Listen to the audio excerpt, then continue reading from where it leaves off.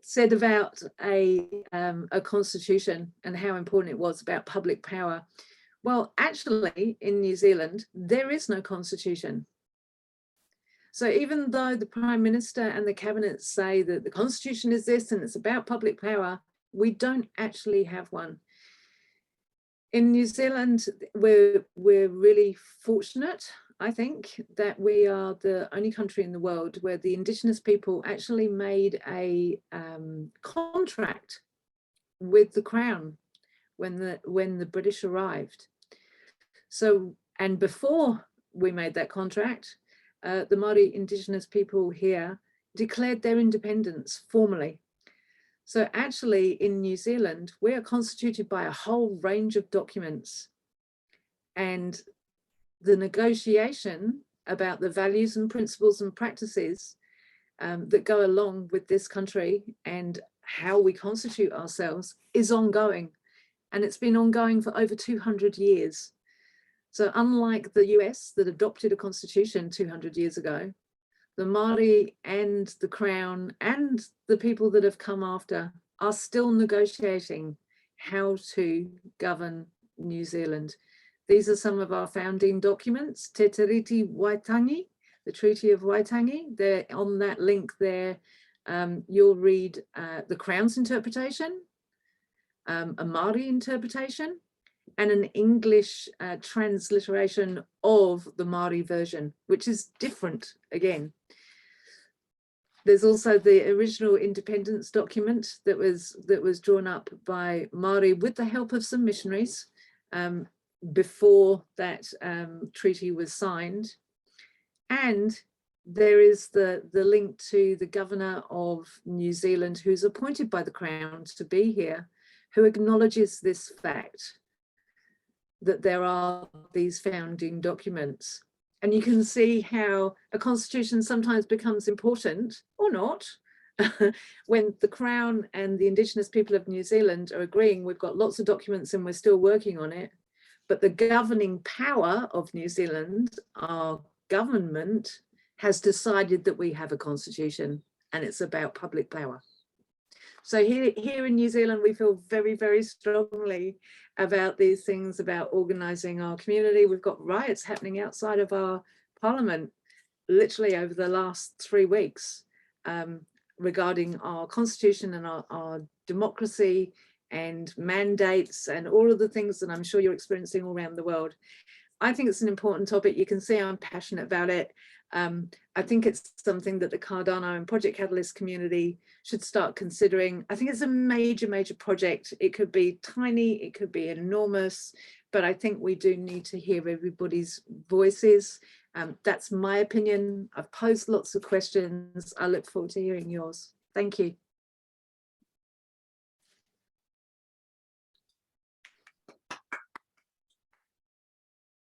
Just want to give Jo a round of applause there. Thank you for putting this together.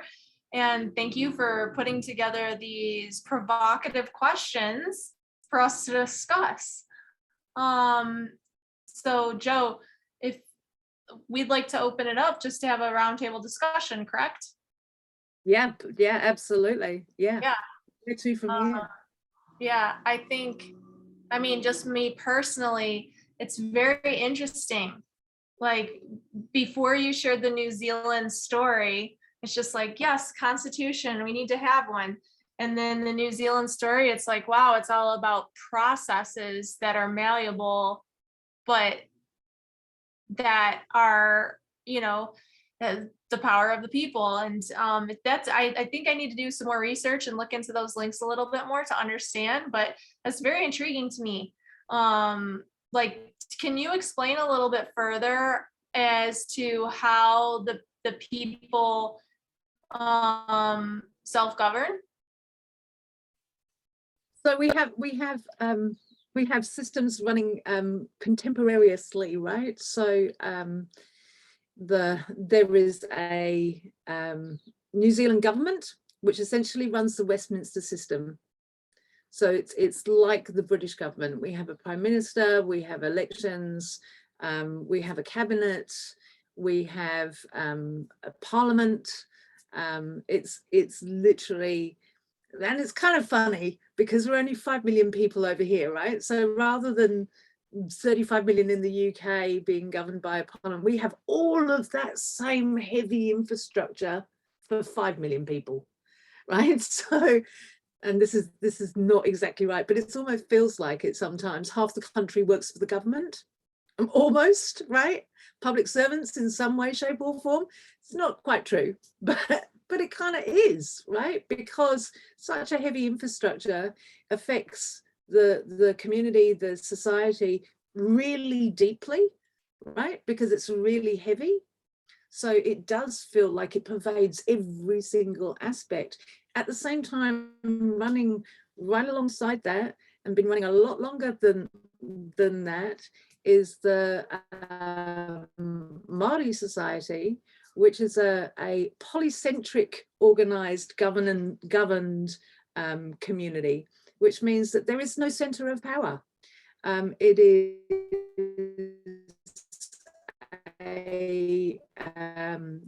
essentially looking after the resources, and at its center, it's based on aroha and mana. So aroha, a really bad transliteration into English, is love, but it is so much deeper than that. It is literally about interconnectedness with all things, right? And mana is something that layers on top of that, which is about respect.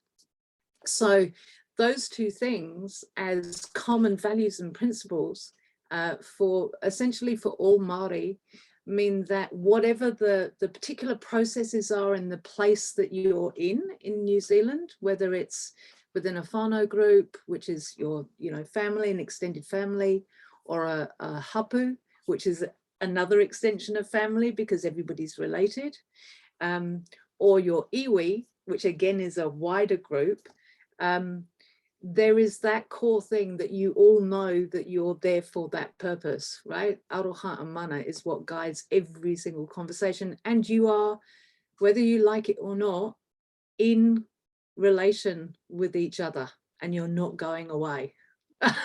All right, because you're literally connected by blood. And that's a concept which is called whakapapa here in New Zealand. Now, I just want to caveat everything that I'm saying with the fact that I am from the UK, right? I have learned this stuff over the last 30 years. I'm not Maori. To understand this really, you need to speak to and build a relationship with somebody who is Maori. I can introduce you to my kids, or to Robert, who's just joined the call as well, who's one of my colleagues here in New Zealand. So to answer your question, two systems running essentially next to each other and negotiating on everything as a consequence.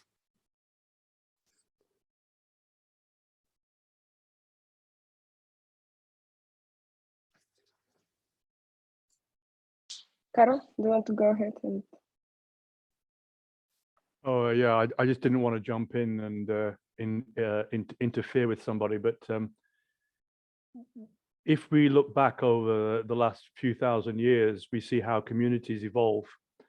And I've been watching the Cardano community, and I have noticed certain patterns evolving, almost like soft mafia type things, where there are people who know people who then are supporting other people, and it's amazing how then all of a sudden certain groups start to grow. And the whole reason why I'm saying this is that I believe that what Jo's talking about is that we are going to have to take control of the evolution of the community, even though there is a very, talk about a broad church. I mean, the thing is you've got people who are very, very knowledgeable, all the way through to people who bought Cardano at a few cents, who have no knowledge whatsoever, but lots of power. So it's a really big experiment. But I do believe anyway, what Joe's talking about, and I have no knowledge and experience as to how it's implemented, but we have to look back at history and see how empires were built, and then they broke into pieces. We want to avoid that. And as I said, I've seen certain cliques that are starting to form, and that their access to let's call it the power is actually then increasing their effectiveness on the whole ecosystem and the whole community. And one of the other problems is that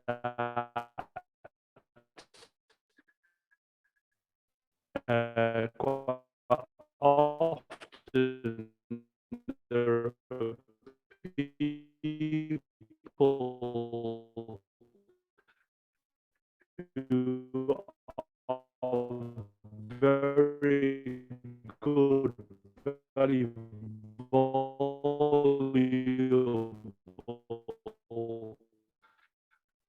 They're very good at talking. So they get, and you can see the joking system that has ever been found in the history of the world. So there is that. And there's another point, which is a sort of a sidebar I wanted to say earlier on, is that the inclusion of minorities, the inclusion or the balancing of male female, I do believe that decentralization is probably the best mechanism that has ever existed, the permissionless system where anybody with a great idea, with the ability to build a team around them, a community around them, can have a go. And what we know, obviously, is that obviously males and females work slightly differently emotionally and mentally, but both sexes have a role to play in the world, or we wouldn't still be here today. So decentralization, permissionless organizations, I just think is going to provide us with something that is going to be beyond everything that we've ever done before for the last 2,000 years plus. Thank you.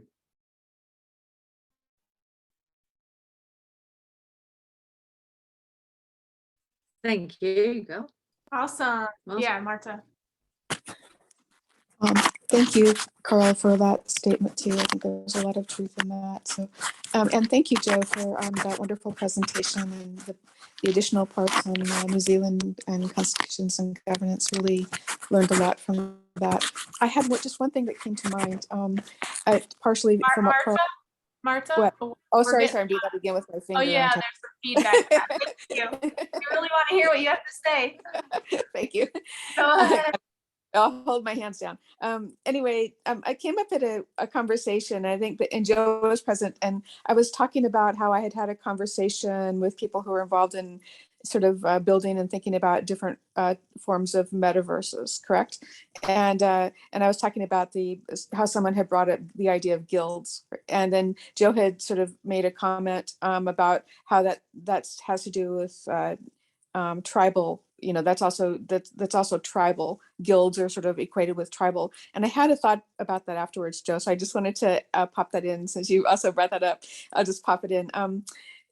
One thing about tribes, though, for the most part, at least true in Native American tribes, there's a blood relation, except unless they're invited in by somebody through a whole process within the tribe. So I wonder how the idea of guilds and tribes changes in terms of that piece not being present. Is it not present? Really?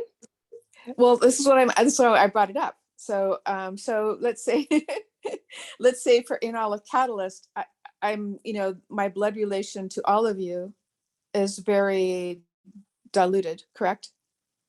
I've been involved in other tribes ancestrally as well, right?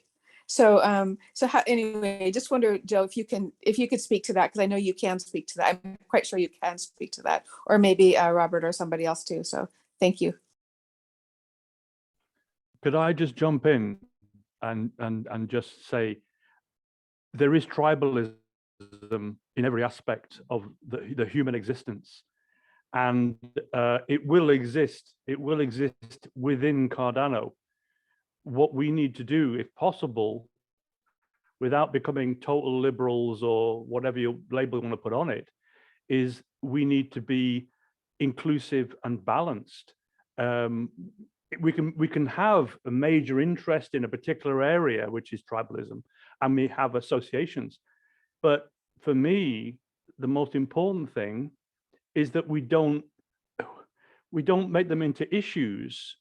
I mean, like astronauts say, the biggest takeaway that astronauts ever have is that when they look back at the Earth, the notion of borders and language and all the rest of it is a nonsense to them. I mean, they see it from a distance. So I hope that Cardano and even the whole blockchain and digital industry will eradicate.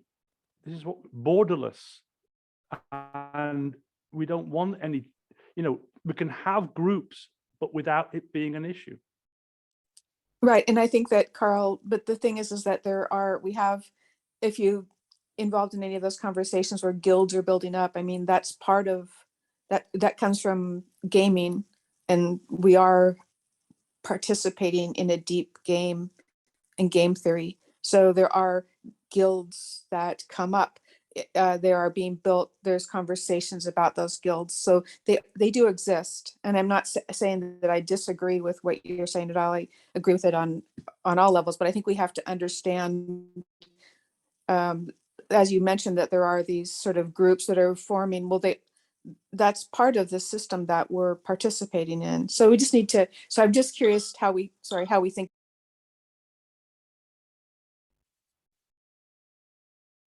From the idea of a tribal perspective. Do you want me to jump in on the tribal thing? So there is definitely a you're not Maori unless you have literally ancestors who are Maori. My children are Maori. I'm not Maori. My children have that their father is Maori and is part of Ngāti Hangaro tribe. And so they have inherited his history. I have been invited, like I fell in love with the Māori man, and I was lucky enough that he fell in love with me. And when I arrived in New Zealand, his nana said, "Yes, welcome, come in and eat some fish." And I went, "No, I'm allergic to fish." And she went, "Not New Zealand fish." That was my introduction, right? Still allergic to fish. She didn't quite understand, but that's okay. But I'm not Māori, so there is definitely a blood tie, but we all have a blood tie, right? There is more in common than that which divides us, right? Literally, there is a few things that are in common to all of us. So we're one big tribe. Are we polycentric? Absolutely. The guilds maybe is an example of that polycentric governance. But are there things again that we need to use Carl's thoughts? Balance and make sure remain balanced. I don't know. That's the question really. And can a conversation about a constitution and using the collective wisdom, just like they did in South Africa, be a way to find out what that balance is that we want to maintain moving forward? Can I jump in for a little sec on this one to answer Marta's question? Well done, everyone. Unlike Jo, well, I am Maori. But Jo's done a very good job. I just wanted to really touch on that notion between guilds and, say, hapu and iwi. There's certainly a construct within Māori, which is the family unit, which is the whānau. But beyond that, you can actually blend across. The main criteria, which Jo mentioned, is the idea of mana. More broadly, the idea that you respect and you are respectful of others within your family or within the, and that's what brings you in. So to give you a good example from my family history, I have I actually have had 3 grandparents because my father was adopted by some Irish people. That's why I've got the O'Brien name. But my 2 Pākehā grandfathers, which is Pākehā is the Māori word for European descent, means to descend from the clouds. And basically meaning white people. The idea here is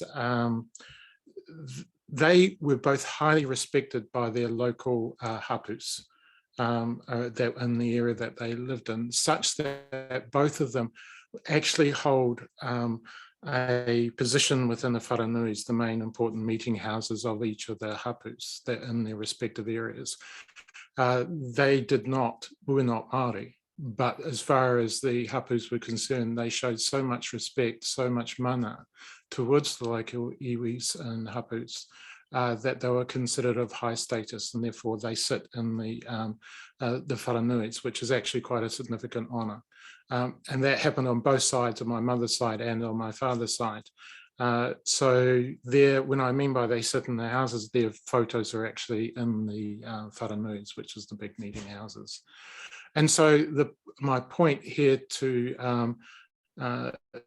the thing that Martha was bringing up, the notion of guilds versus blood ties. Blood ties is really just a perspective. It's just an attribute that we're trying to figure out. What's more important for Māori is mutual respect, this idea of mana, these ideas of aroha, which is showing connectedness and empathy and relatedness, all quite important.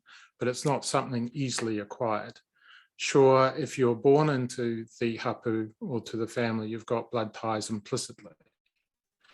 So therefore, that's one criteria in which you're pulled in. But you can also come in. With respect to the guilds, and do we have that in Catalyst?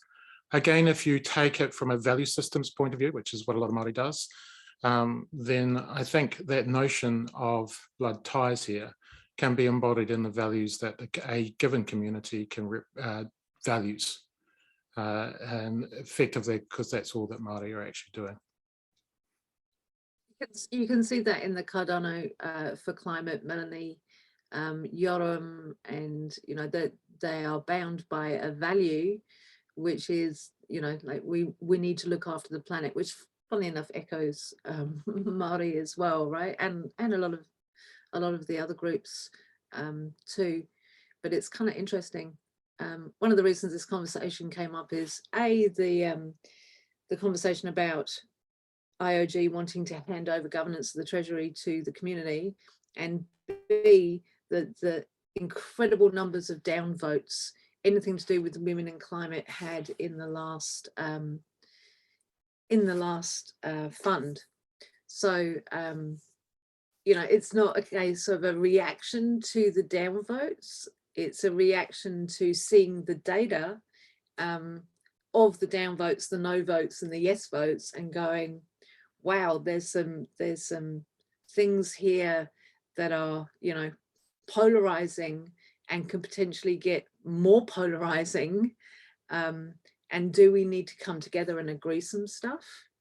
So it's actually, Vanessa asked a question before she left, and I think Megan as well, is constitution a centralizing move? I would argue that it's a liberating move.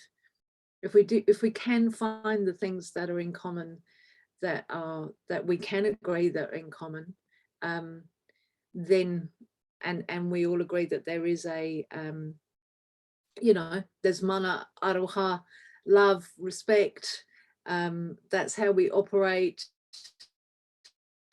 that's what we need to think about. We need to think about balance. Then it allows us all to get on, knowing that we've all agreed to do that. Potentially it's a liberating move rather than a centralizing move. Different concepts. Dana, sorry, go for it. I think it was Steve was heads up for a long time. Sorry, I'm not sure. But actually, just a last point here is I agree, Jo, with you. I don't see the constitution as a centralization issue. I think you are very right here, and we have to find the common grounds. So that's my personal view. Thank you. Dana, Steve, do you want to, who wants to? Yeah, I've been loving the conversation. Some of the things that have just been popping in my mind as you guys have been speaking, and I wrote down some notes, is that, you know, the idea that Carl was saying, we have to look at the history of empires and how things have, and to me, it seems like once an empire gets too big, you know, it's hard to get ever, just like Starbucks or any corporation, it starts out small and it starts out with values and it starts out with whatever. And the training, you know, if we take Starbucks for instance, like the reason why they were so successful is because their training was duplicated for their culture so well that, you know, that's really, and how their employees are actually members of their owners in the company, right? And that in order to get to certain positions, you have to have worked from the bottom up to a certain point in that company to have learned. But at the same token, now the company is so big where, you know, I've heard complaints from people who've worked at Starbucks to where it's like, you know, some of the training has gone down and the culture hasn't been able to sustain because it's so big now, right? So like having these smaller things, like these smaller communities within the community, but that the Constitution isn't really about, you know, a set of rules, but it's more about an agreement of culture, how we're going to approach each other. You know what I mean? And that's, and if you come from that, because when I think about governing bodies, okay, so you have different countries from the US to China to all these things.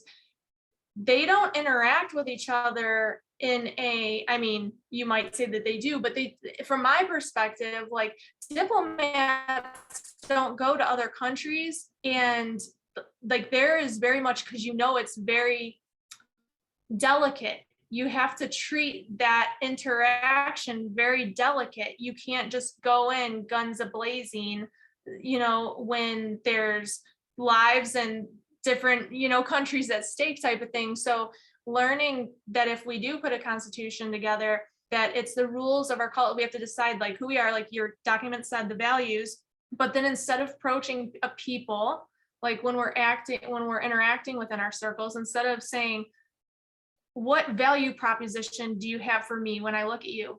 Like that, instead of seeing that and seeing there's a person, and let me approach you with curiosity, and let me approach you with, like you said, respect, because you might be different, have different values than me, come from a different part of the world than me. And now it's like the Constitution's more about how we approach each other and how we live amongst each other in our groups, that really allows us to, you know, have a freedom to innovate and be, you know, get creative and make the next new big, you know, governmental system that actually works without the cracks. So it's more about, we really need to relearn, go back to being a child in the sandbox with other children and just learning how to play with each other again. I mean, essentially, you know what I mean? So that's my 2 cents. That's an awesome 2 cents. Thank you. Yeah, thanks, Dan. I like that.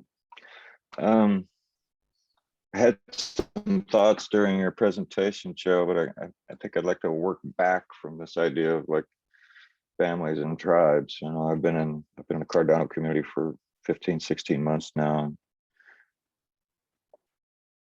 You know, I'm incredibly inspired by it. You know, the whole experience has been wonderful for me. And I'm just very excited about what we're doing collectively. And I know from the people that I work most closely with right now that, you know, there is that sense of family now between us, you know, and it'd be hard for me to just say how many people I feel that way about right now, but I know who they are to me, and, you know, kind of I think that about them because I feel like they think that about me. I could be delusional. I don't know. But Well, I think that that's the family. Steve. yeah, right, right. But I, you know, and I think that that's the beautiful thing about this protocol, right? Is because, you know, we can screw up catalysts and it won't matter, right? Because we can form our own group and, you know, create our own tech to take advantage of the protocol, right? It doesn't need catalysts. We don't need input output. We don't need their money, right? Because the whole technology allows us to create a new economic system wherever we are or with whomever we're interacting with.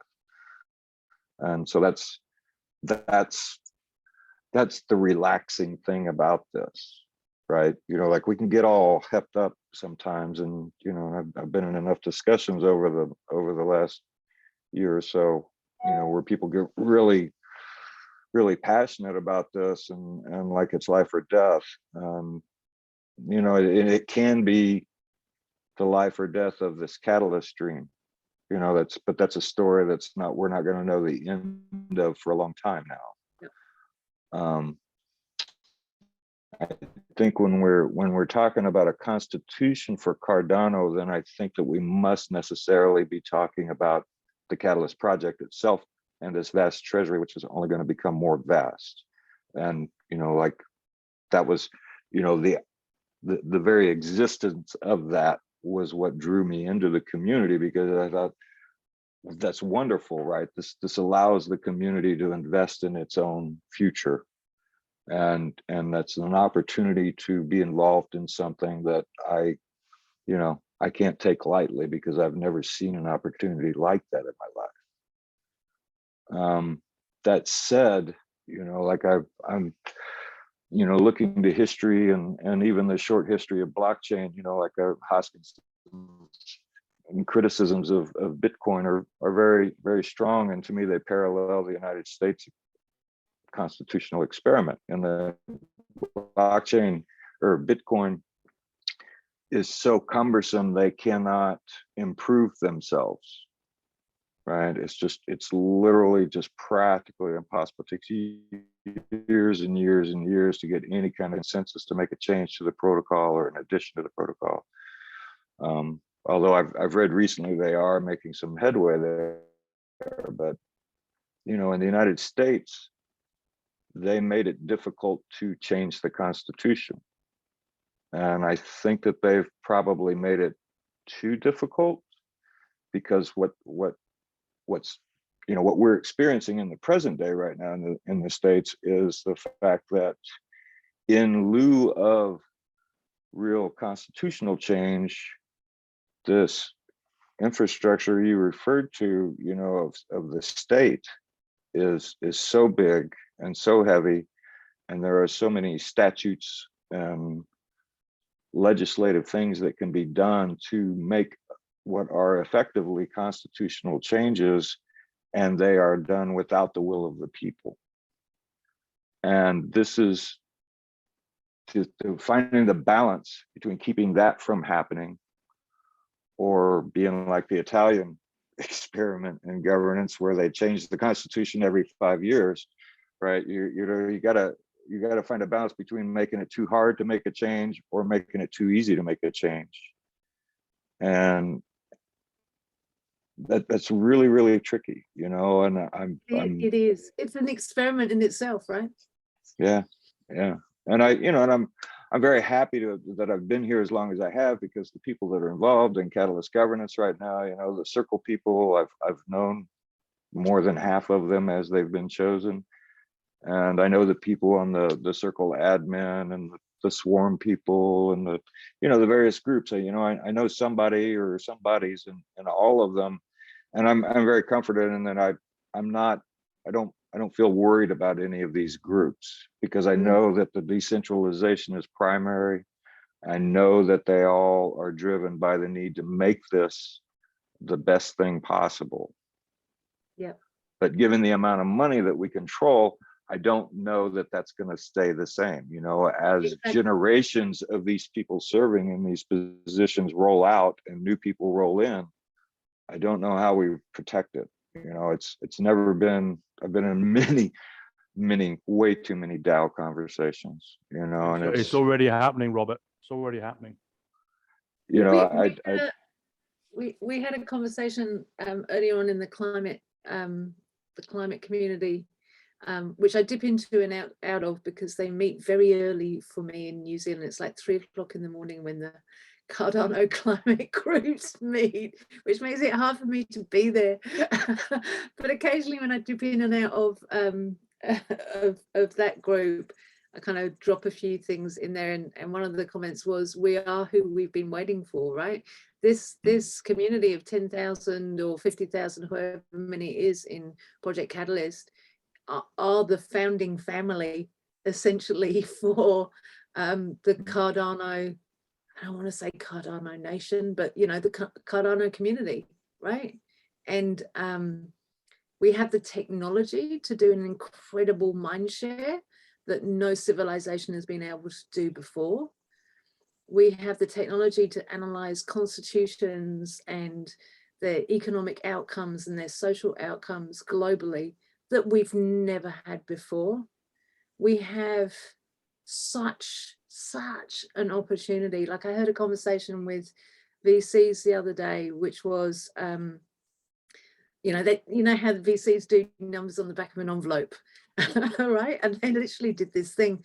If we took the $3 trillion, which is about the amount that we committed to the last war, and instead we decided to devote that money to putting a solar panel on every roof of every house in America, we could run America and some, and create thousands and thousands of jobs. Why aren't we doing that? Yeah. And I'm listening to this conversation and going, well, the Project Catalyst community could decide to do that. Like we could literally, and have the resources to do it. So what would it take in terms of our coordination? What kind of values and practices and principles would we need to all kind of agree on to enable that kind of progress? It would be amazing, and do it when there's millions of us rather than hundreds of thousands of us, right? That was like when it went over the top for me in 2008, right? You know, when the financial crisis, you know, and they gave away trillions of dollars to these banks that were too big to fail to keep the economy going. And I was like, you know, and I saw the numbers, you know, like if they had taken that money and split it up among everybody over 18, everybody would have gotten like between $400,000 and $500,000. And I thought, well, you know, if they were serious about saving the economy, that would have been a huge boost to the economy if everybody had $400,000 or $500,000 to invest in themselves. I mean, that would have been radical. It would have been radical growth. And that's, you know, and that was like the last drop in the bucket for me, you know, in terms of like thinking there was any hope from this system, you know, that system. Yeah. Thank you for being yeah, nice to be related, Steve. Yeah.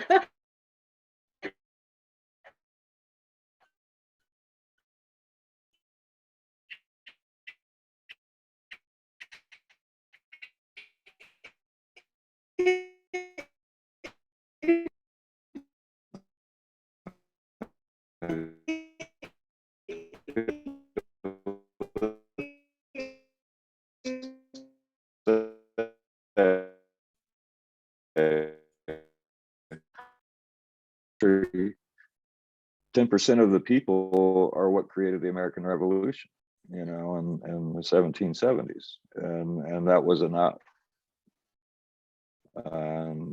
You know, so we can do that, you know, by not engaging, they give us permission. It's kind of the way I look at it, and anybody who wants to be involved can be involved. It's all data, right? Jo, I have a question for you. You mentioned about downvoting, and like when people vote for a politician or whatever, you get to vote positively. And I have issue is maybe too strong. I want to know what is your thought the benefit of people being able to downvote something. For I me, think that's that an issue. Yeah, it's all data. What I just said, it's all data, right? Like I would rather know,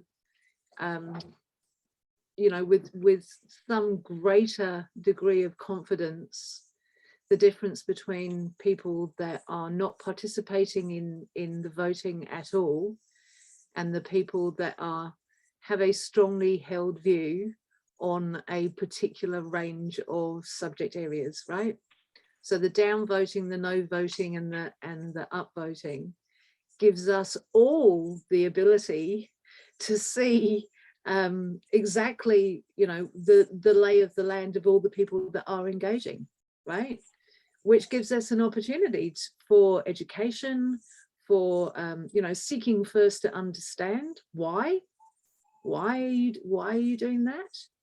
You know, it gives us an opportunity to work with people in a different way, and to have these kinds of conversations. Look, I've seen this happen. Why is this happening? Is you know, for the climate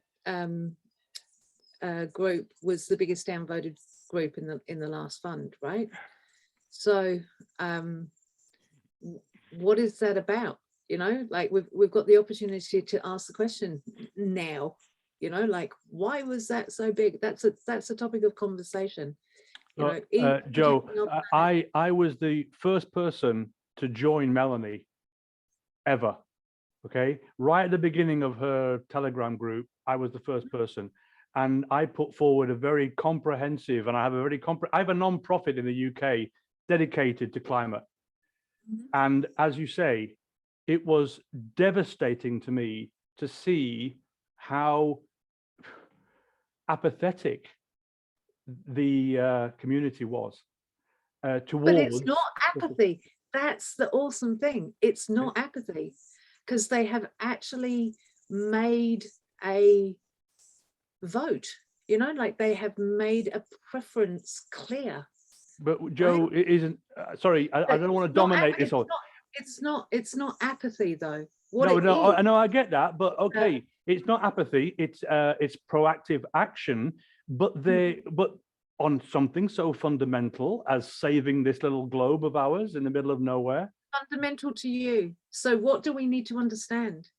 They're going to die if they don't sort this out. What do we need to understand about that opinion? No, okay, but okay, Jo. But at the end of the day, we can all be liberal to the nth degree and understand everybody, and everybody's perfect. They're all points of view are valid and everything else. But there are some facts that we have to face. That's all I'm saying. And I put forward in Fund 6 very, very valid things. I mean, like, research to like 3-4 years and everything else. If Cardano, now it's starting to get some momentum that we have to sort the climate thing, and Cardano can play a role. And I just, yeah, look, it's all just about, look, we're going back to your premise, your presentation, Jo, is how can what you're suggesting, let's say, balance out, just make it more meaningful to humanity and animals throughout the world in a totally inclusive and not negative way. And I know that's a utopian kind of governmental situation. That's what we're looking for, and that's what you're suggesting, I think. It is. Another fundamental, though, is human relationships, and we can't build those unless we understand each other. Good. Seymour? Yeah, but no, I go. I'm not going to go for stupidity, though. I mean, come on, there is a limit. Okay, I listen, Johan, you're on. Yeah, no, good. No, I mean, it's amazing conversation, and I mean, I have so many things to say on so many things that people said, but I will keep it simple. I think, Jo, and again, I mean, Cardano for climate. Let's leave. I mean, the fact that we are talking that it was downvoted the most, I mean, it's already a point. And we actually decided to keep on going with the challenge and to keep on I know it's also a kind of a message, but leave that aside. I think what's unite Melanie and myself and all the other people that come, and it's not about us, I mean, it's really about everyone, is really the purpose, right? And why we are there, and Simon is here, and why everyone come and join and do things. And I think again, I have so many things to say on that, and I'm trying to be very simple on that. But I think instead of, if we focus on the values, right, and really put that in place, that's what people. I mean, a lot of people are here for a purpose, for hope, to find different things that they don't find outside. And I think the values. I mean, and people are fed up a little bit from the current system that we are living in different places, right? For me, it's enough to say my name. Some people will like me, some people will hate me, right? They don't know me, right? People are dying today just because they live on the other side of the border, right? I mean, all this grouping of people is for me, this is what I learned. I mean, I'm married to an Argentinian, she is Christian, I'm Jewish. What is our kids, right? We live in France, in Italy, what is our kids, what they belong to? They belong to nothing, to everything and nothing, right? It's important that they have certain values and try to follow this guidelines of value. And all the rest, in my view, is secondary. I mean, the fact that I'm wherever I am, wherever I come from, I know today is the prime, right? And that's kind of the prime from everyone. I'm this, I'm that, I'm whatever, tall, low, and whatever it is, woman, men. But that's for me the secondary if we agree on certain values, and that's the biggest challenge.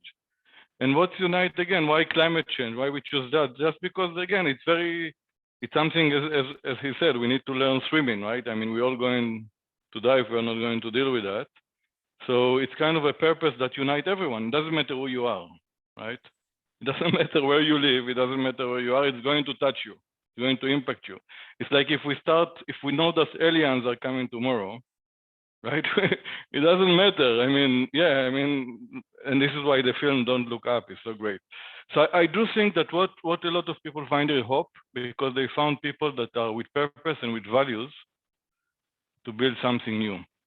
And I think this is a message that we need to somehow put in written, completely incredible initiative, and invite more people to come and be that. Because this is the hope that we have somehow. Because if we just keep on, this is mine, this is yours, this is this, we see what happened, right, everywhere.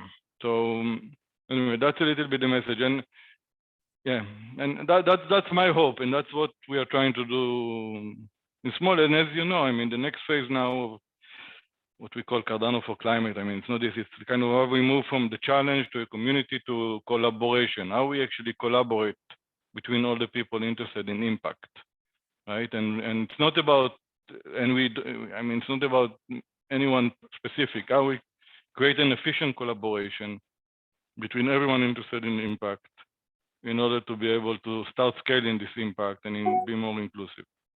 Anyway, so that's a little bit what drives me and what's my passion, and somehow, yeah, in this world and space, Melanie and myself, we found each other.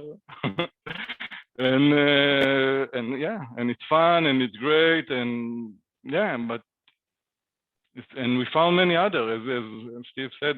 Family, and I spend here all my day, 16 hours a day, right? If I need to go watch a Netflix film now or be in this discussion, I'm preparing to be here. Yeah, of course. And that's the reality of a lot of us, right, today.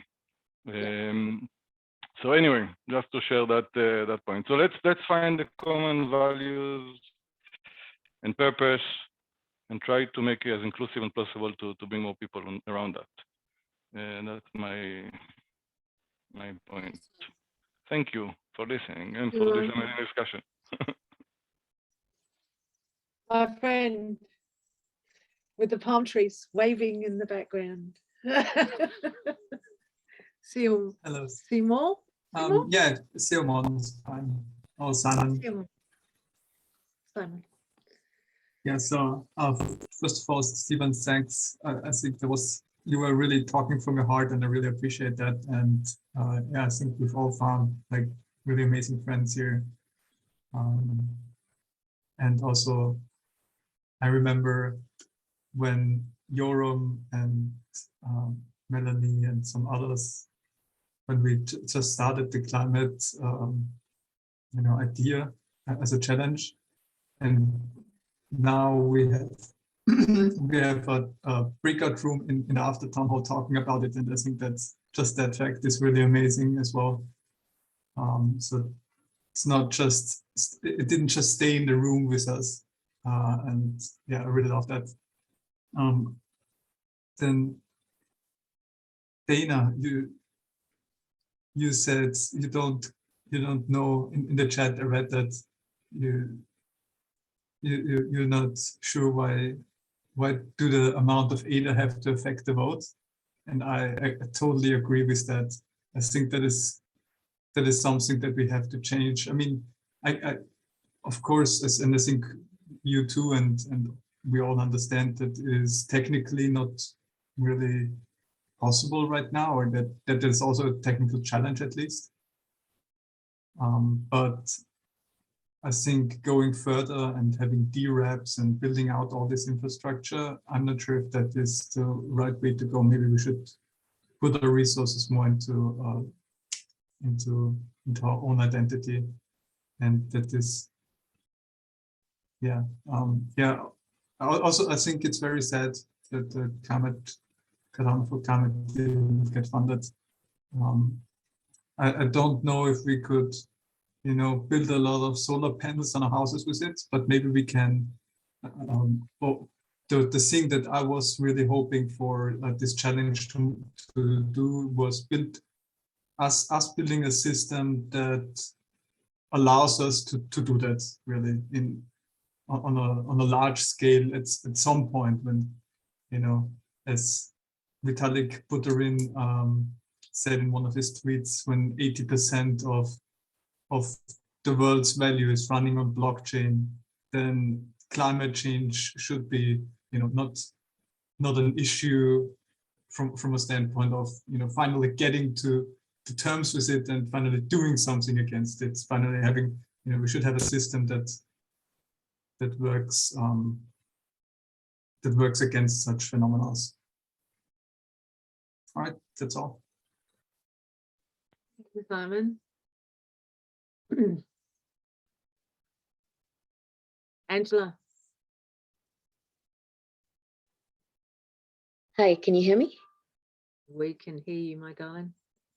So I've been listening in with a huge fascination to all of the governance talk that's been going on in the last year. I haven't been here that long, but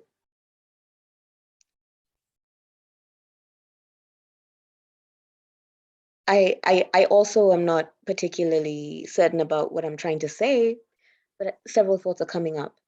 I live in Kenya, where I've been witness to what happens when tribes turn on each other.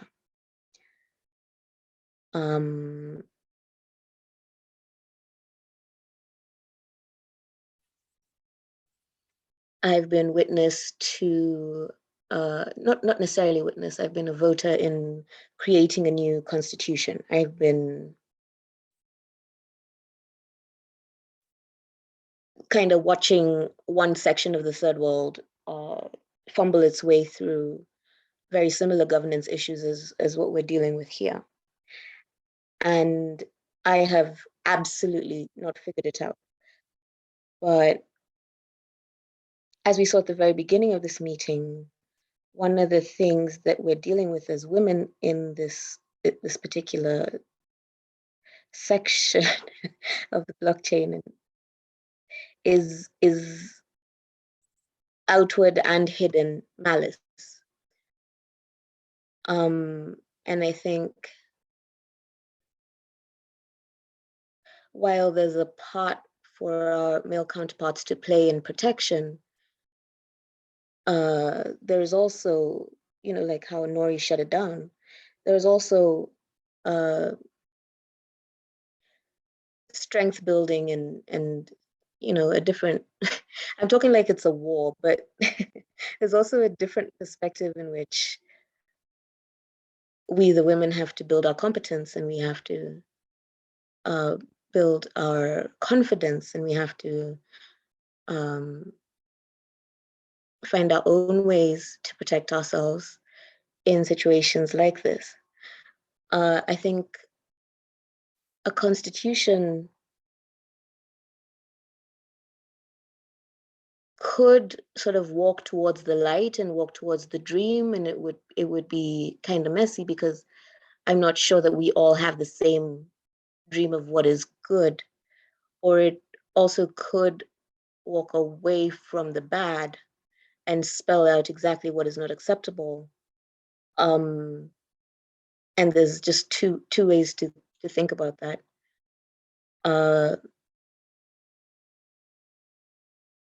The longer I stay, I'm not particularly a glass is half full kind of person, but it's very interesting to be around such hope for the future. And it's very interesting to be around people who are daring to take it on and are daring to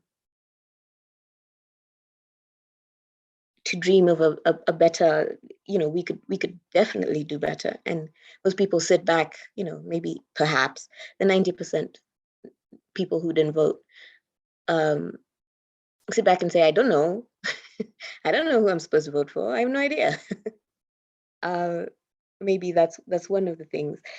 So I don't really know what I'm trying to say, but malice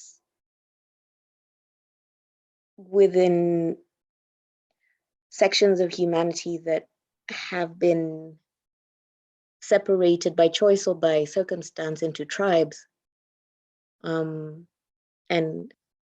reorganizing that so that we all walk together towards the future. And I'm not saying there's no point in someone being disagreeable, but many thoughts.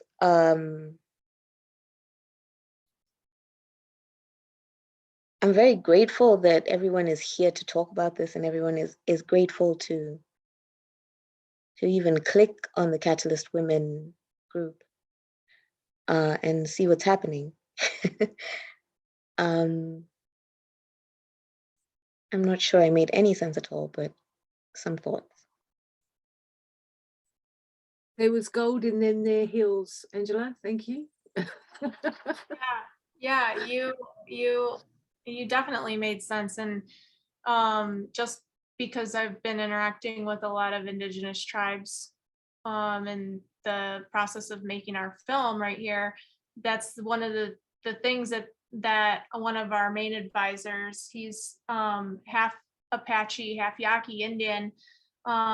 He's a spiritual advisor for the Native American Veterans Association in LA, and he says the same thing, that, you know, before we came over, the white man came over and kind of, you know, took over everything, that all their, you know, the Indian tribes had been fighting, but it wasn't, the fights are different and for different purposes, right? They were fighting for different purposes. But when it comes to constitution, like, I think, is there a way to identify the differences of each group, celebrate them, say this is what's important to each group within the whole, you know, and each group meaning, what if each group is, if we're talking specifically about Catalyst, like, you know, the Catalyst Circle representatives kind of represent each one of those groups within the whole, and then whatever subgroups they have underneath there can, you know, kind of evolve. But it's kind of like, these are what's important to them, and but there's an underlying, like, what's important to the whole, while respecting what's important to the individual groups. So that, and then I think we all just need, like, I don't know if it's a training or if it's something, but like just being an exercise of team building where we all just stop thinking about the money for a second. You know what I'm saying? And we just it's like virtually or whatever it is, we spend a weekend up in the mountains together doing exercises, getting to know each other so that we can foster more of a community that is putting its money where its mouth is, as far as like, oh yeah, we want to be inclusive, we want to have something different government, but it's not just being said by a bunch of people who don't know each other. And I don't mean like having these things is great, but I'm saying like workshops on a different level. You know what I mean? Like taking us out of our comfort zone workshops where people are actually interacting, you know, globally, countries between countries, getting to understand communication differences between different groups, I think is super important, because a lot of disagreements just come from the fact that like different cultures are, communication is different. They communicate with each other different. There's some things that can be said in Ireland that can't be said here and people not be offended, and this vice versa. You can't go to China and greet people a certain way and think that it's okay all the time. You know what I mean?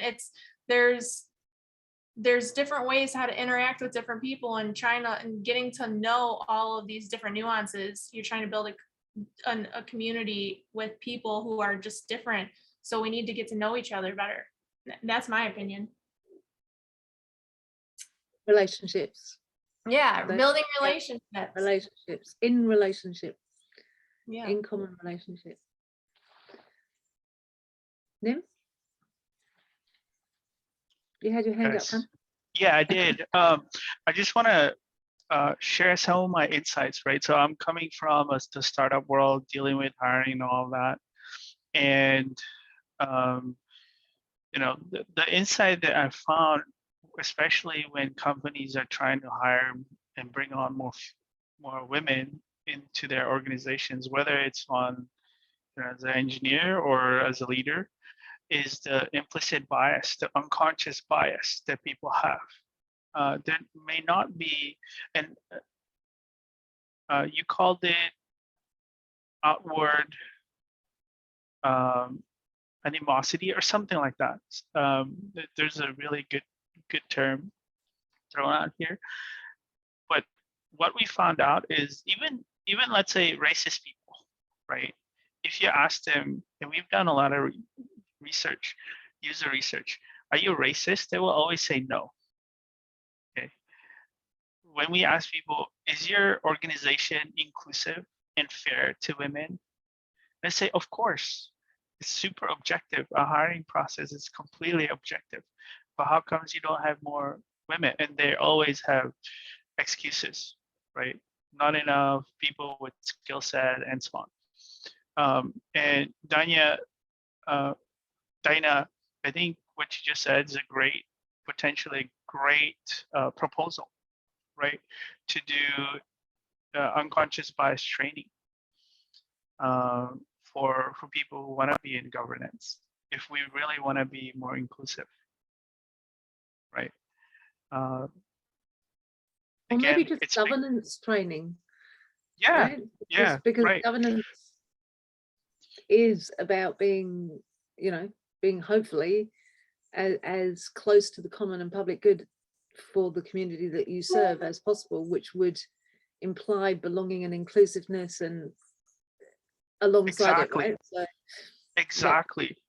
Yeah. And because like I give people, I believe in good in people, and I think people are not like out there proactively discriminating against anyone, right? We all are made out of experiences in life that may range from, you know, from good ones and bad ones, right? Because there's all kinds of people there.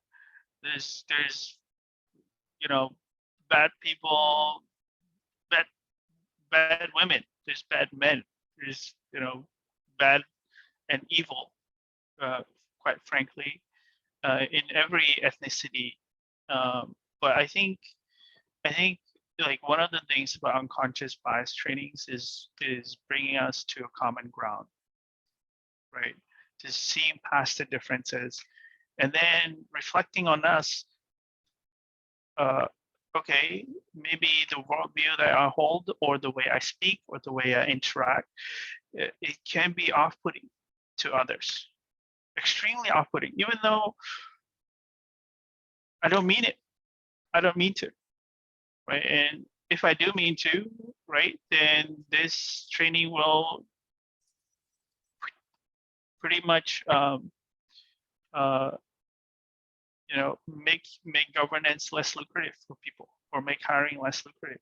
So we actually have a machine learning team, and they built something called live bias detection for live interviews. So if someone says, I don't know, brings up peanut gallery, or talks about Indian or female engineers not being able to code, right? Something like a low-hanging fruit, like obvious clear bias, then it would bring it up, and then let the person know, okay, your interaction was extremely biased, right? Using data to show people, where they were biased potentially, and how they can change at scale could be another proposal. We're not doing much with that. I'm thinking to just open source that. It's pretty accurate. So if you guys want to connect, I'd love to chat. Dina, how do you get over human nature? What's your idea for getting over the human nature that's been going on for thousands of years? And by the way, I agree with you. I actually would like to see this happen. What's your ideas, though, to get over the conditioning of borders and everything else? Yeah, Carl, I don't have an answer. By no means, I'm not an expert, right? I'm just like many of you on the journey to learn more. But I think, there's a friend of mine said, humans, they're not born like babies. They're actually born. People say they're great babies, right? Amazing angels.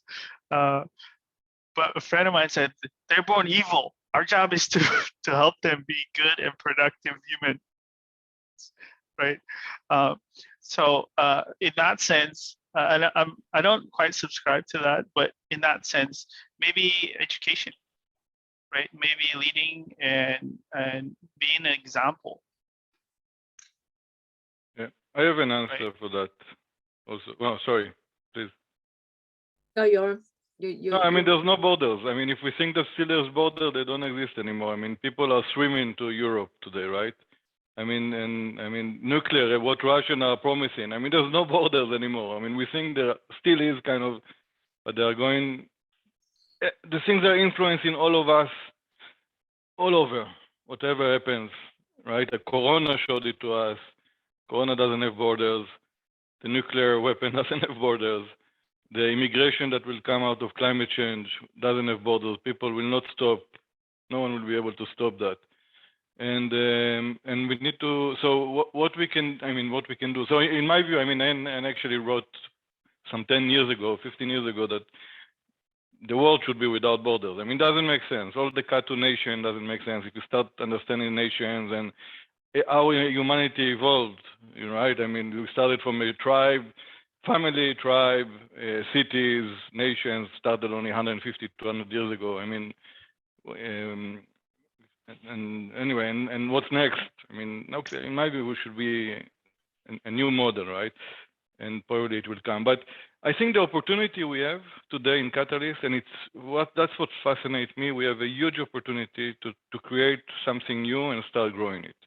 And it's still small, so we can do it when it's still small, and really start to creating this value proposition, what Jo suggests to start creating, and the word slipped my mind.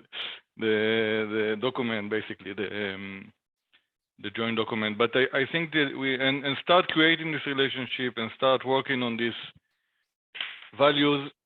I think there's very strong nuclear of these values and purpose within Catalyst. It's not perfect, of course, but we need to focus on that, and then show it as an example to other models, and be more inclusive to include somehow. And we don't know how it will grow, right? I mean, there's no specific line for that, but that's somehow what we should. That's something that for me is worth spending all day on and trying to make, if it makes sense. Build these new relationship models that and this is what I find. I mean, look on us here. I mean, we're all over the world. I mean, we never met outside this platform, but we feel still so close to each other to say so many things, right? So anyway, that's something that we need somehow to grow. And yeah, that's that. And the last thing I want to say, I mean, obviously Cardano for Climate is not your, I mean, Melanie, I mean, it's Nori, it's Simon, it's Tyler, it's Joe, it's when people come, it's everyone. I mean, everyone, it's a platform for everyone to come and collaborate and bring it. We just some kind of were there in the beginning, but obviously also with Carl and everyone. But anyway, just wanted to mention this point on the side. Thanks, John. Viviana? Yes. So yeah, I wanted to share my views on this, and where I believe is not the key, but how I see the solution. So it is very interesting because I'm currently from Bulgaria. I don't know how many of you know a lot of Bulgaria, where Bulgaria is and Bulgaria's people. So Bulgaria is a small country in Eastern Europe, and we are a poor country. And here, so I'm currently in Bulgaria for this week, and people here are very negative, extremely negative. So there is no way to survive. So I'm a very positive person. That's why I left Bulgaria, because I wasn't able to survive here. So you try to be positive, you give positive, and they're negative. And everyone is trying to push you down very intentionally. Nobody cares about you. Anything, like absolutely no care about you. Everyone cares about themselves, but you're positive, but people still are negative, and you can survive like maybe a month. I think a month is a lot. Maybe a week. You can survive in this environment, and then you become negative. You try your best to be positive, but if you experience, you think you can keep positive, but if you experience it, you can see that you cannot be positive actually, because it is a very interesting experience. What I recently saw, because of the case with Ukraine, because we are very close, and it is so amazing because all these people that think about themselves, they started collaborating, and they started to be humans. And you see that all the people are humans, because everyone here right now is trying to help, offering for free whatever they can. And I understand why people are so negative here, because it's a poor country. We have a huge corruption here, and because the system is so it's so broken, and it's so unfair, extremely unfair here, and there is no way to be positive. So that's why people are negative here, and they transfer this. But when something happened in history, and you become humans, and you see that we have all the common ground, we understand each other. But for me, it is, for a grown-up character, it is very difficult to change your beliefs, course, or how you have experienced the world. Because, for example, you are 50 years old, you have gone through so much, and now someone comes and try to change your beliefs. And even if you believe, and if you continue living in this country, and your environment is quite negative, even if you believe in what, for example, someone in New Zealand believes, it is very difficult to practice it, because it doesn't work in our system.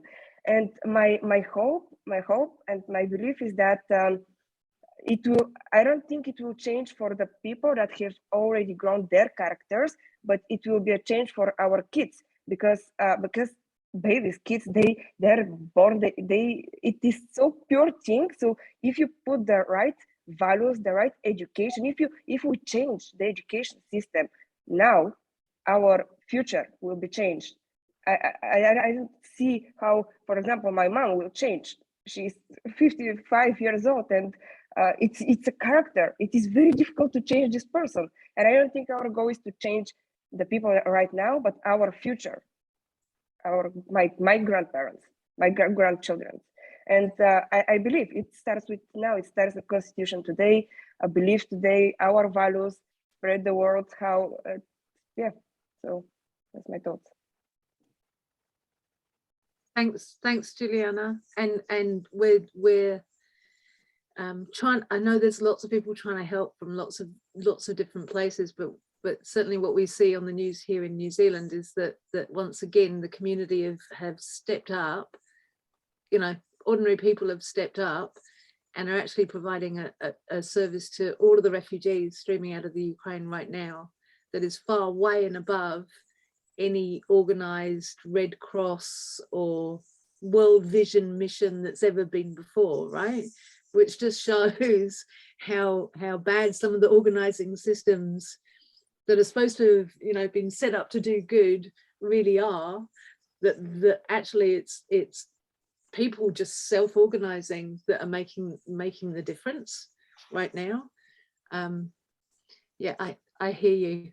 I hear you.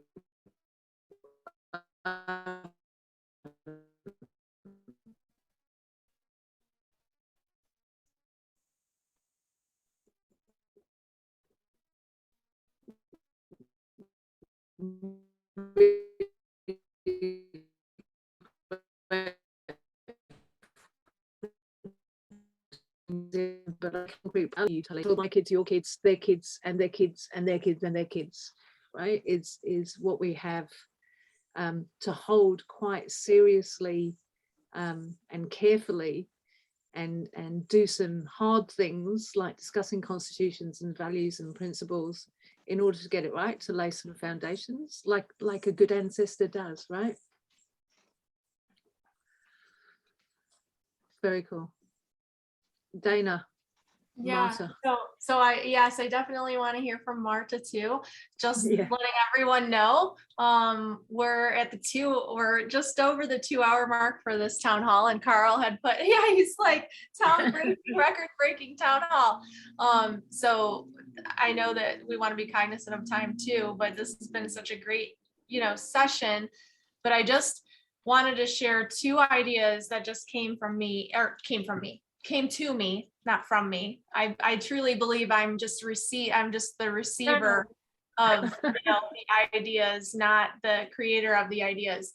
But one, I see, like, for all the Cardano for Climate people in here, I really think from a proposal standpoint, and this is just my professional like strategy background talking, since we've been talking about cultural and, you know, really needing to get to know each other better, I think, you know, almost like people need to get to know you guys more, not just the cause. Yes, it's just like, okay, we want to save the world, and the effect of it is that we won't die, and like people aren't taking that seriously, but really people need to care about the people who are proposing this thing.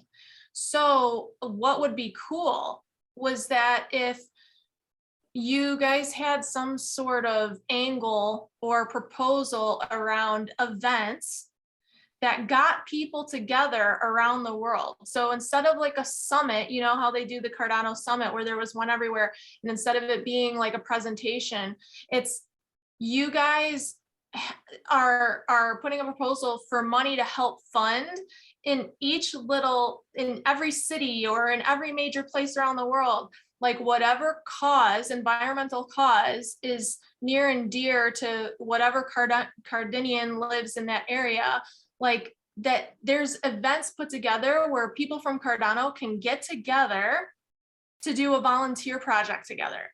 So that way you are meeting people face to face, you're being able to connect. It's just another like meetup opportunity. And then once people start doing something together and they're meeting you guys, and they're meeting each other, and they're associating that really cool experience with Cardano for Climate, this is like, you know, a branding issue is what you have, more than a topical issue. To rebrand is what I mean, if you guys consistently over however many challenges have been being shut down, and I know that Carl put in the thing that there was something that did get funded, but I would say the next step for Catalyst and Cardano in general is like, and they have been doing this, more of the meeting in real life type of thing. And then my second idea, which is outside of Cardano for climate, is like in this issue of governance and in the pursuit of everyone getting to know each other. What if there was a proposal put out there for like global retreats? Do you know what I'm saying? Like, let me have $100,000 or whatever it would take, and there's like 2 or 3 retreats set up a year, like in different places around the world. Maybe one is in Africa, maybe one is in Europe, maybe one is in New Zealand, maybe one is in wherever, where, you know, people can get like a scholarship to go if they can't afford it, or there's an amount of money, hey, we're doing this retreat, and if you want to join, like, it's going to cost you this, and this is the inclusiveness, but people are getting to know each other. And the retreat is, like I was saying, like, instead of doing it virtually, like going up to a mountain for a weekend and like doing activities and things to get to know each other, you know, we're actually doing it like in other countries and doing the, you know, the trust falls or whatever. I mean, I don't want to get, you know, too wah-wah with it, but do you know what I'm saying? Like getting together for activities that are helping us see each other for something else other than just a financial agenda at the end of the day. Do you know what I'm saying? It's taking it out of the virtual into the real, because at the end of the day, we live in the real world. Yeah. So, I mean, I would love to be a part of, you know, events, global events where that would be cool. So if anyone wants to join me in putting something together, I would love to put something together where it's like, hey, you know, or maybe that's a challenge setting for next challenge. Like, hey, we want $1 million for people in Cardano because we're getting bigger and bigger. And like the danger is that the bigger we get, the less connected personally, you know what I mean? Like we have all these little silos and yes, you know, doing stuff virtually, but really having a tight knit community where the culture is just seeping out of us because we've actually spent some real time together. I think that's pretty cool. I don't know. Those are just my ideas, but yeah. Is it weird? Is it weird that I'd follow you up any mountain? You to pick a mountain, I'll follow you. No, it's not. Let's go. But Let's you know, I think the actual essence of what you're saying is it's absolutely superb, because there are too many virtual meetups. I'm on them all. I run them. I create all this things, meetups. Being human beings together and then achieving something and feeling that all those what do you call them? The chemicals. Anyway, the chemicals make us feel good. We need more of that.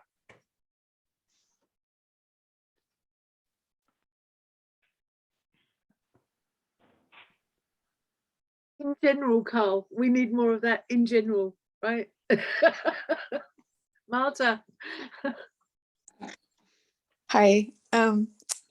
So anyway, I'll comment on what Dana said later. I just wanted to, don't want to lose my thought here, but so I really like all the camaraderie that's being exhibited in the conversation and how everybody's coming together and helping each other. And I so value that. And it's such a nice place to be, to sit within, really appreciate that. But I wanted to bring up something. So that's kind of what I do, but I wanted to bring up something. So there's, to me, from my observations, we all have a perspective, a human perspective, and we're sharing about that now. We're sharing about these different human perspectives and observations within the Cardano ecosystem.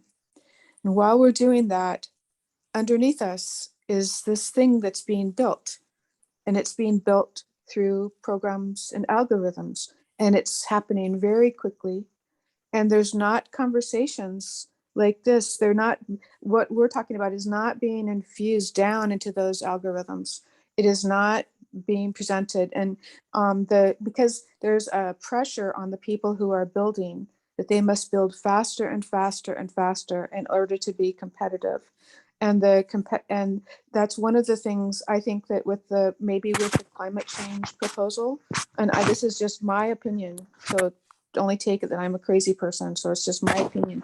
But I think that the thing is that we have there's right as Fund 7 was coming up to be voted on, there was a lot of conversations about making sure Cardano stays competitive with other chains, with other blockchains in terms of its development. So I think that there was a lot of conversations that anything that distracted from that was not as important. So I think that if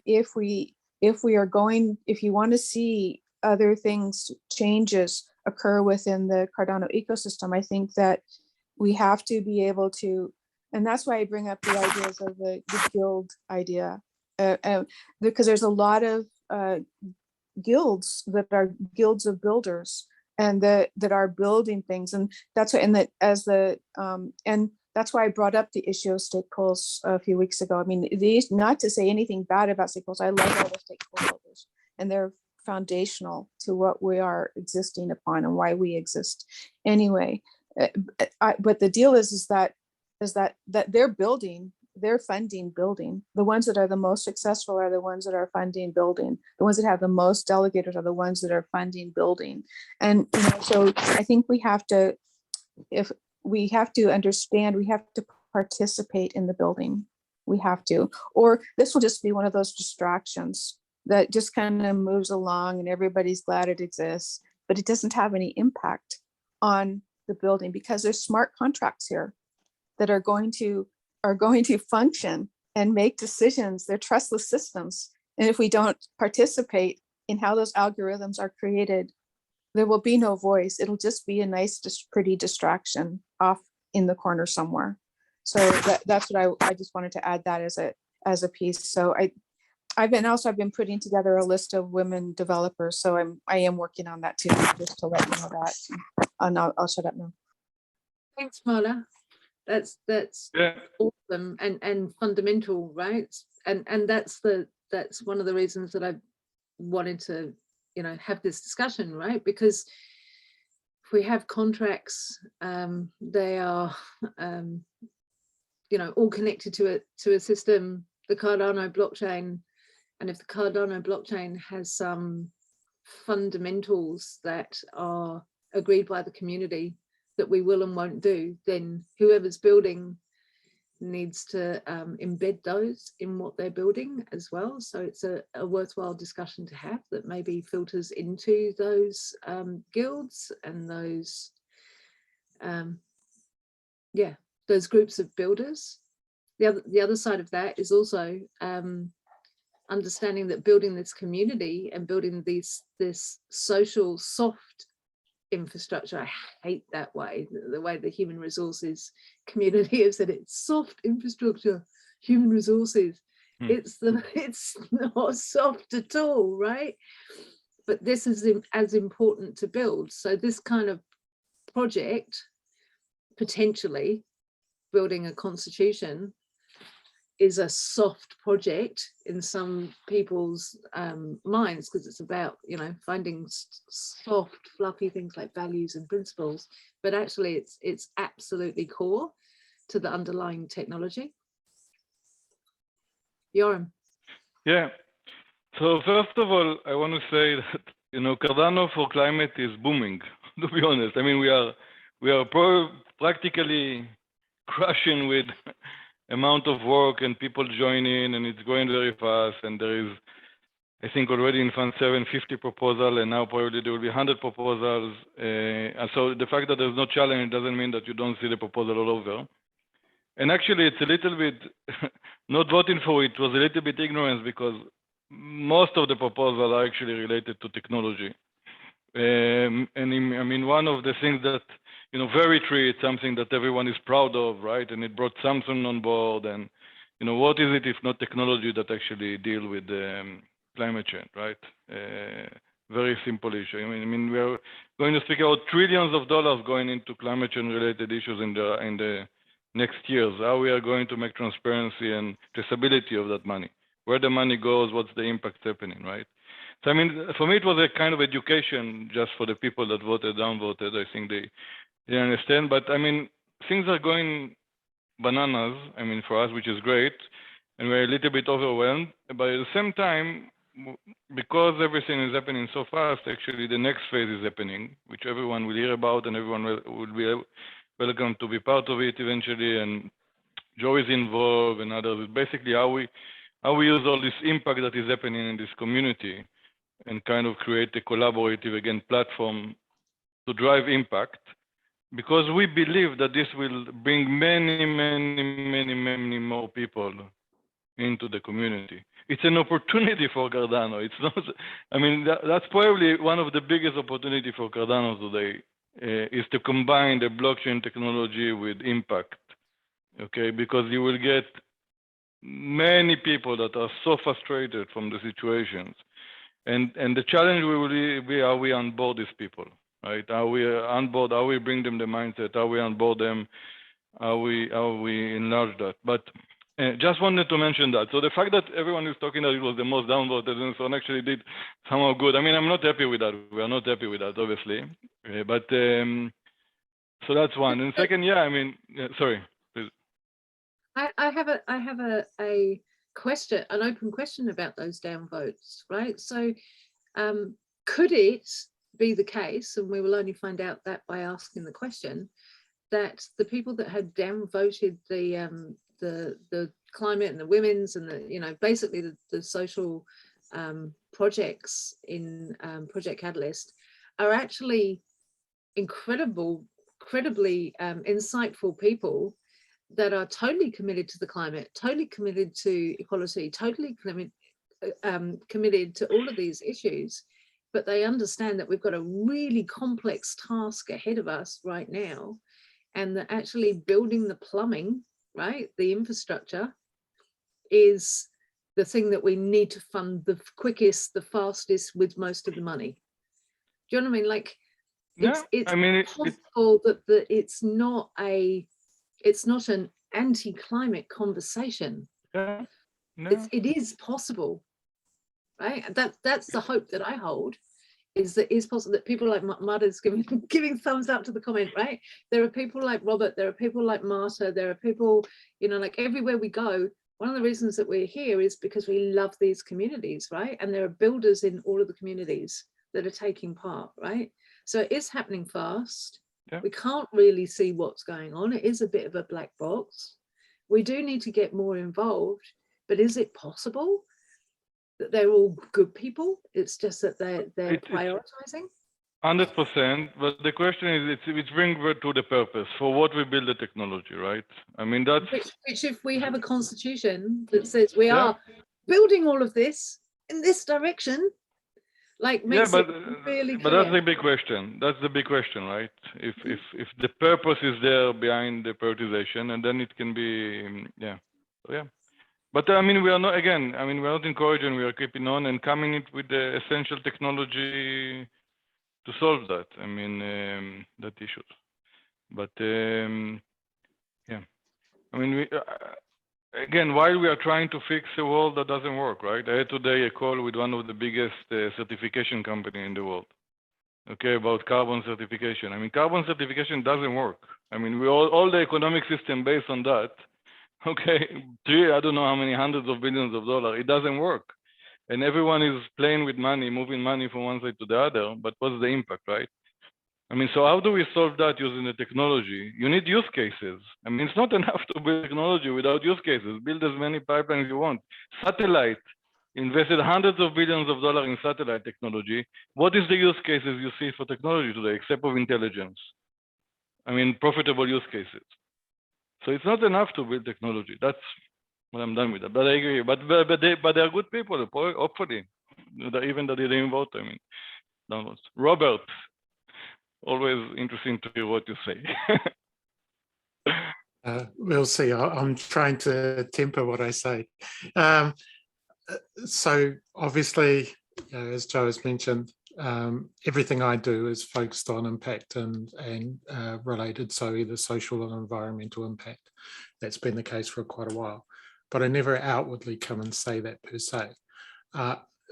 Big reason for that is it's actually really quite challenging to the indoctrination that most of us have actually received in terms of how we think about systems.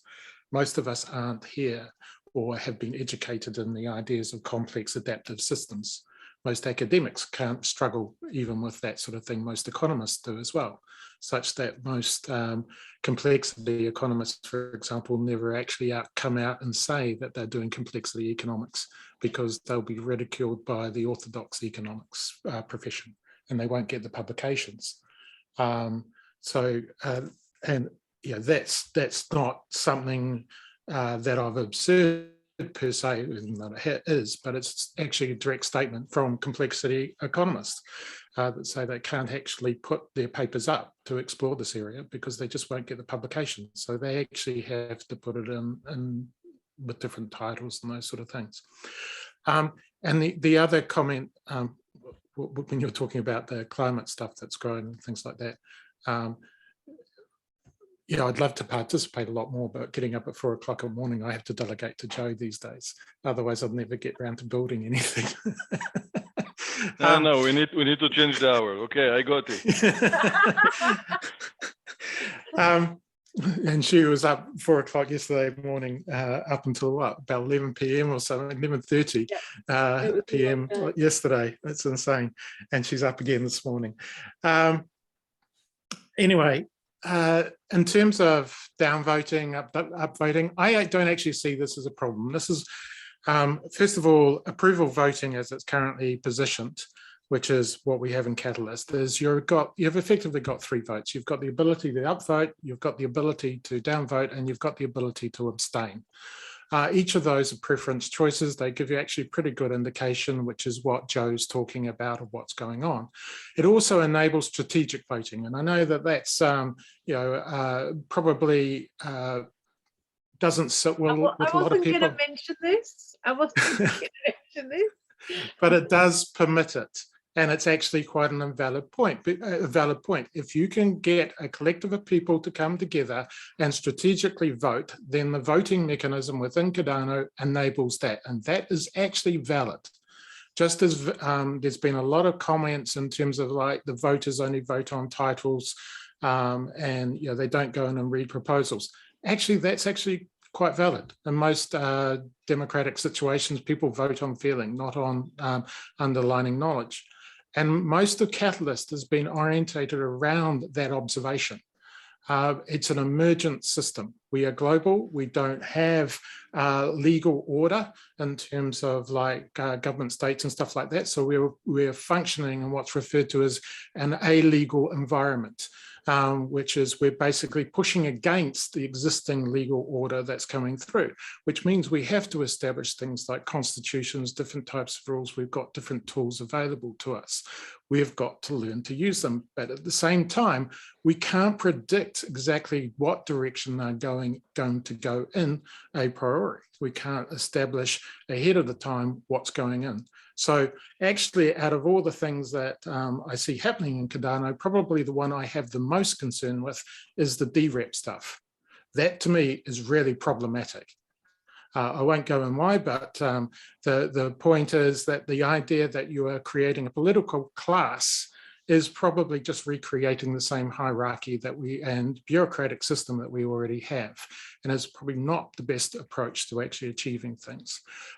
Stuff like that Nina's working on in terms of quadratic voting is a really, really good example of where we can actually improve the systems in which we reveal our preferences of what we're actually trying to get across as a community.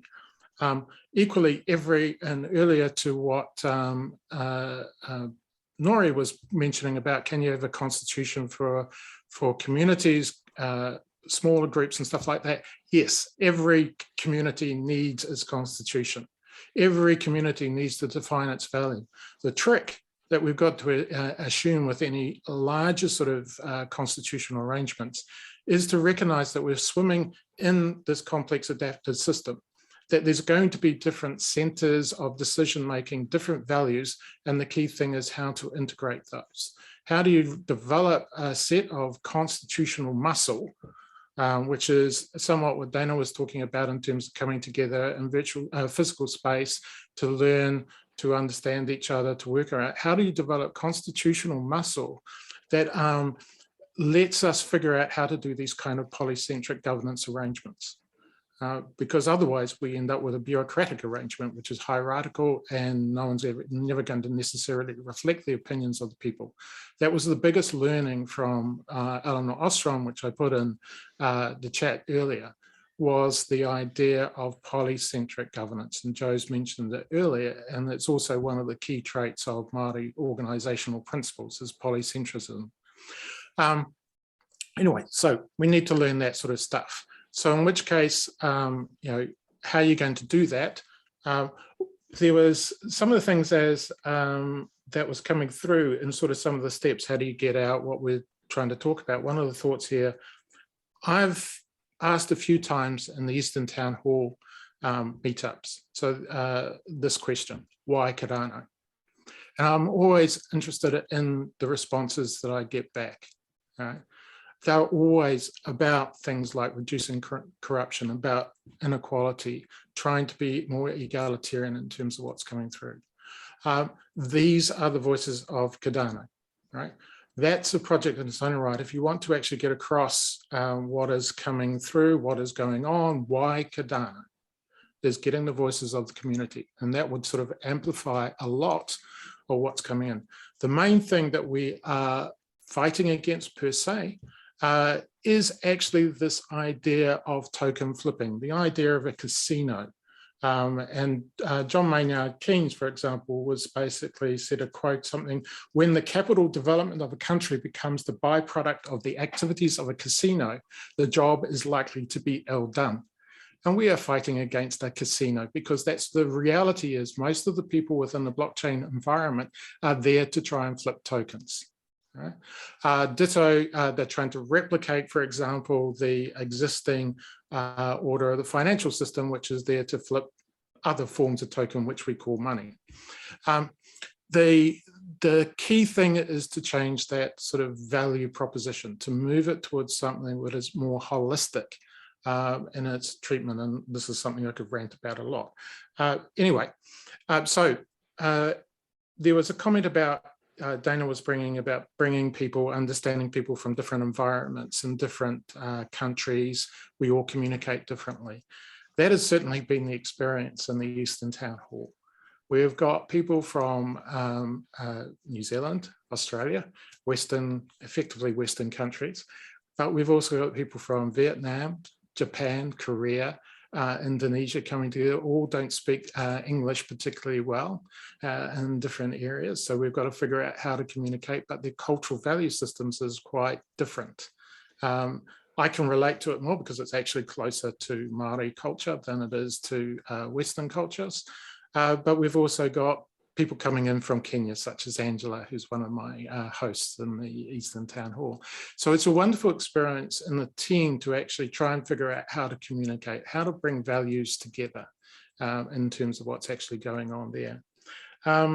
Just one other thing too, in terms of what Dana was talking about in terms of coming together and stuff. One model which I've always really liked that Jo's been part of, and I've been part of several times, is something called Food Camp, which stands actually for Friends of O'Reilly, and it's typically it's around open spaces and those sort of things. But the main observation was O'Reilly Media, which runs all these big tech conferences in Silicon Valley and stuff like that, recognized that quite a lot of the most interesting stuff that was happening in these conferences were actually the hallway conversations.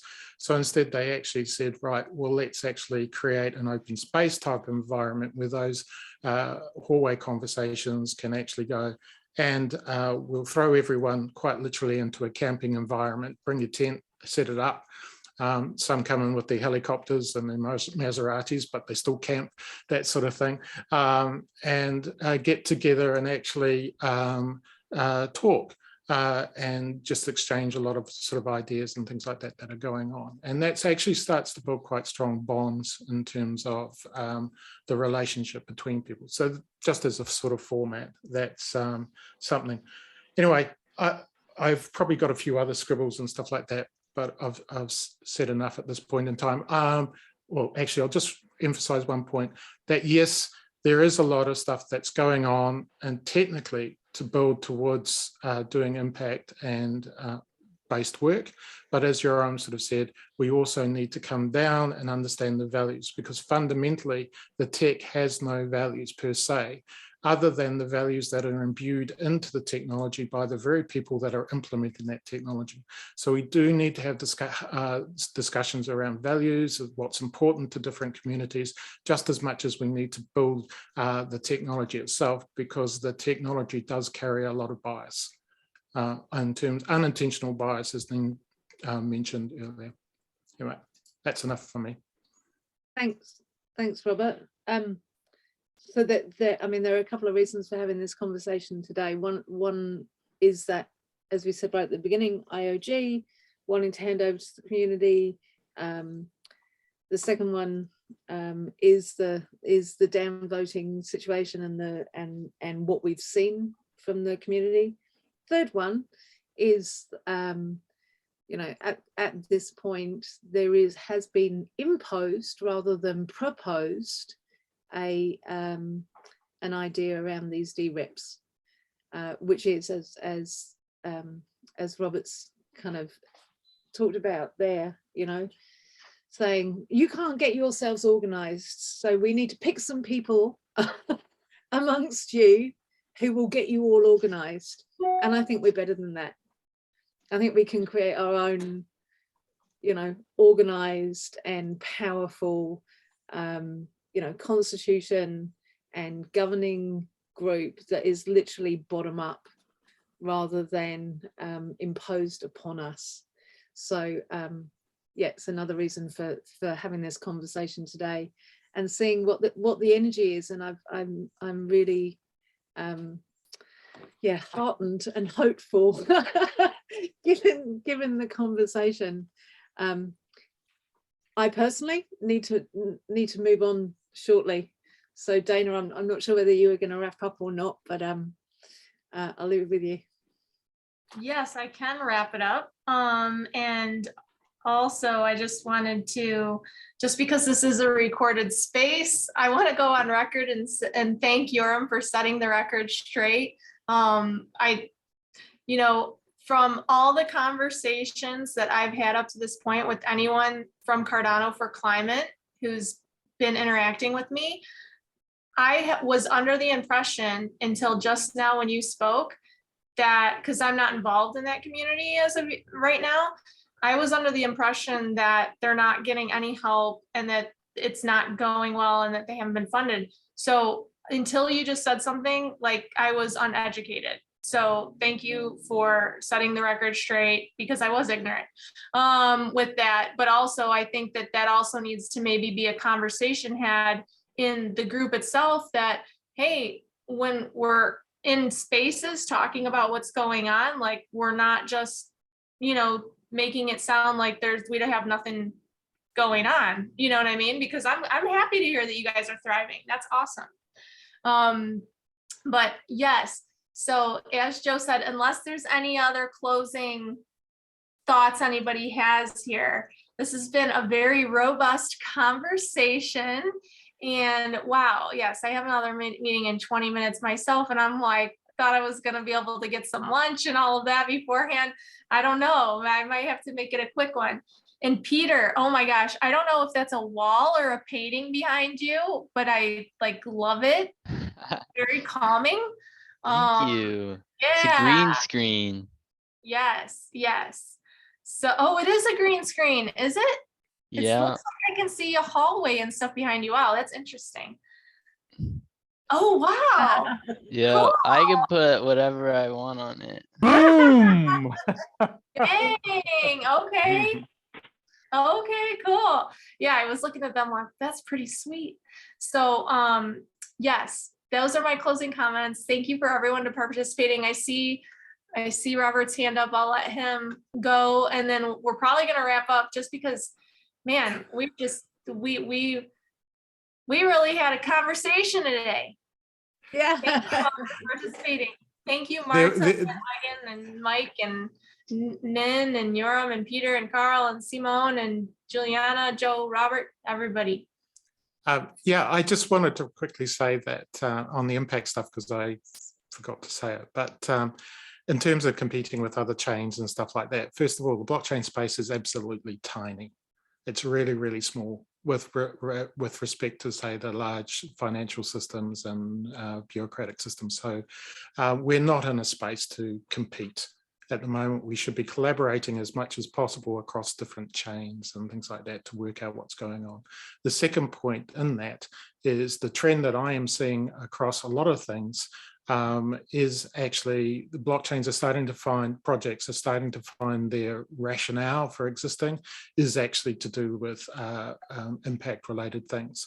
So Vitalik, for example, has been going on a lot about public goods funding in different forms. He's part of Radical Exchange, which is where the quadratic voting stuff came from. He's a founder on that.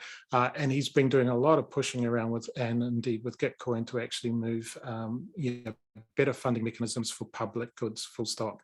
The other chains such as Algorand and Hedera and a few others are all starting to move towards the idea of impact as the reason why they should exist. So both of them have set up quite large, effectively endowments to try and push ahead with impact related projects on those chains.